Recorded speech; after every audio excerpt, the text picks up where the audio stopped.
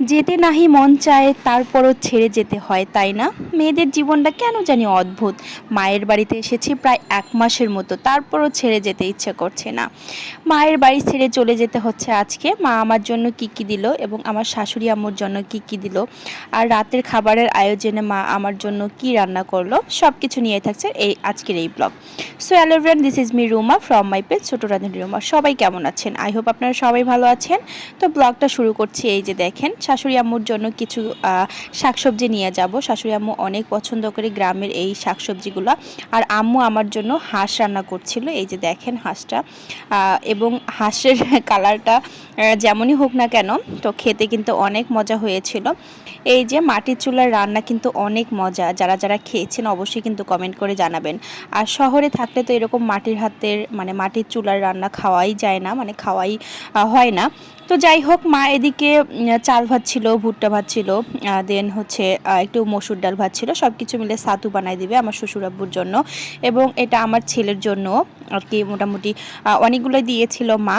তো যাই হোক, আম্মু রেডি করছে সব কিছু। আর এদিকে হাঁসের রান্নাতে আর কি ঝোল দিয়েছিল তরকারিটাতে। তো যেটা বলছিলাম আর কি, দেখেন এদিকে কত বাতাস। আজকে ওয়েদারটা এত ভালো ছিল, খুবই সুন্দর একটা ওয়েদার ছিল। তো এই সুন্দর ওয়েদার, এদিকে চারিদিকে সবুজ আর সবুজ।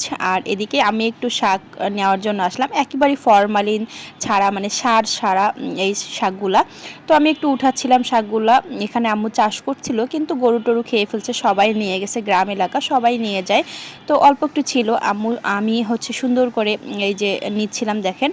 আর এত বাতাস দেখেন, এখানে আমার সাথে সাথে আমার বাচ্চাটাও শাক উঠাচ্ছিল, আমার বোনের মেয়েটা। তো যাই হোক দেখেন, আমরা একদম সবুজ সবুজ শাক, টাটকা টাটকা শাক নিয়ে যাচ্ছি আমার শাশুড়ি আম্মুর জন্য। মূলত আমার শাশুড়ি আম্মু এই ধরনের শাক বলেন, সবজি বলেন, খুবই পছন্দ করে। আর গ্রামে তো এই ধরনের সব কিছুই পাওয়া যায়, কিন্তু শহরে তো আর এগুলো পাওয়া যায় না টাটকা টাটকা। তো এখানে কিন্তু এই যে হেঁচি শাক ছিল। আপনারা এই হেঁচি শাককে কী নামে চিনেন অবশ্যই কিন্তু কমেন্ট করে জানাবেন। আর আম্মু এদিক থেকে কচু উঠাই দিচ্ছিল, কচু শাক। তো এটা আমার শ্বশুরাব্বুর জন্য, আমার শ্বশুরাব্বুর অপারেশন হয়েছিল আর রক্তের ঘাটতি, তো সেজন্য বেশি করে নিয়ে আসছিলাম। তো যাই হোক, সবাই মিলে বাসে আমাকে এখানে এসে উঠাই দিল। তো এখানে বাসও ছেড়ে দিচ্ছে মোটামুটি। এখানে আমাদের সিরাজগঞ্জে আমাদের হচ্ছে বিরতি দিয়েছিল। এখানে বের হয়ে আমি একটু ওয়াশরুমে গিয়েছিলাম, ছেলেকে নিয়ে। দেন একটু কফি নিলাম, মাথাটা ব্যথা করছিল। দেন আমার ছেলে আইসক্রিম খাবে, ওকে আইসক্রিম নিয়ে দিলাম। তারপর এই যে মোটামুটি দেখেন আমাদের বাস জার্নি ছেলে আর মায়ের। তো আমরা কিন্তু মোটামুটি ঢাকায় চলে এসেছি। তো এই যে দেখেন, আমরা কিন্তু একটু পর বাসায়ও এসেছি। বাসায় এসে দেখি শাশুড়ি আম্মু ভর্তা করেছে আমার জন্য। সকাল সকাল গরম গরম ভর্তা আর ভাত একটু খেয়ে নিলাম। দেন আমার মা যেগুলো দিয়েছিল সব কিছু, এই যে প্যাকেজিং আর কি করা, খোলা লাগবে সব কিছু। 1 ক্যারেট আমও ছিল, আমার এটা মামা দিয়েছিল 1 ক্যারেট আম। তো মোটামুটি আমগুলো কিন্তু ভালোই ছিল।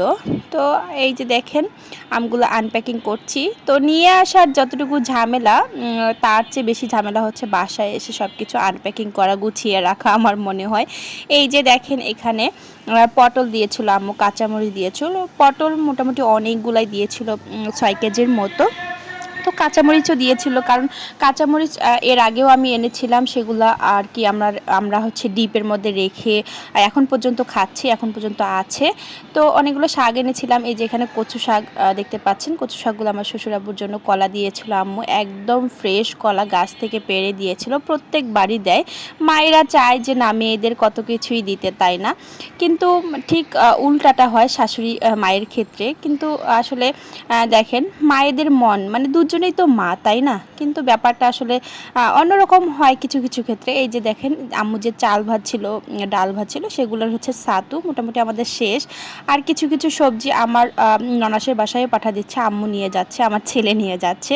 তো আজকের এই ব্লগটা আমি এখানে শেষ করছি। আপনাদের কেমন লাগলো? বাই দ্য ওয়ে, আমি কিন্তু আলু নিয়ে এসেছিলাম অনেকগুলা।